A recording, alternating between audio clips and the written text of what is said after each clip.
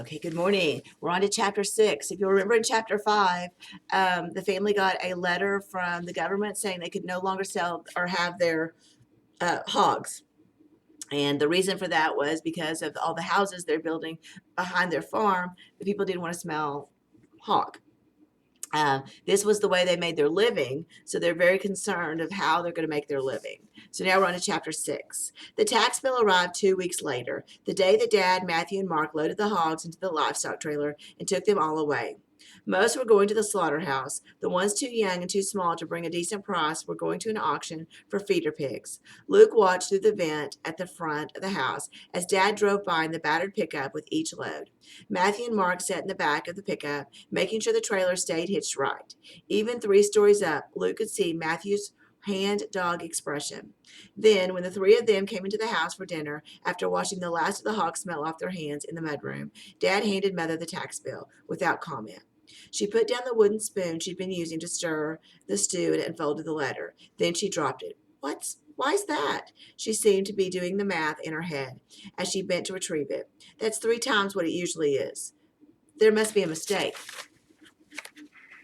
Dad shook his head grimly. No mistake. I talked to Williker at the auction. The Willikers were their nearest neighbors. With a house 3 miles down the road, Luke always pictured them with monster scales and fierce claws because of the number of times he'd been cautioned. You don't want the Willikers to see you. Dad went on. Williker says they raised everyone's taxes because of those fancy houses. Makes our land worth more. Isn't that good? Luke said eagerly. It was strange. He should hate the new houses for replacing his woods and forcing him to stay indoors. But he had half fallen in love with them, having watched every foundation poured, every wooden skeleton of walls, roofs raised to the sky. There they were his main entertainment. Aside from talking to Mother when she came upstairs for what she called my Luke breaks. Sometimes she pretended his room needed cleaning as badly as bread needed baking or the garden needed weeding. Sometimes she just sat and talked.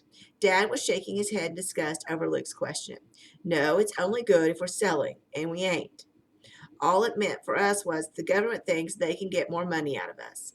Matthew was slumped in his chair at the table. How are we going to pay? He asked. That's more than we got for all the hogs, and that was supposed to carry us through for a long time. Dad didn't answer. Even Mark, who normally had a smart alecky comeback from everything, was stupefied. Mother had turned back to her stew. I got my work permit today, she said softly. The factory's hiring. If I get on there, I can maybe get an advance on my paycheck. Luke's jaw dropped. You can't go to work, he said. Who will? He wanted to say, who will stay with me? Who will I talk to all day when everyone else is outside? But that seemed too selfish. Luke looked around. No one else looked surprised by Mother's news. He shut his mouth. So now they've got a huge tax bill they've got to pay. They don't know exactly how they're going to pay it. They've sold all their hogs, which is how they make their money. And so now Mom's going to have to go to work, and that's going to leave Luke all by himself. So stay tuned for chapter 7.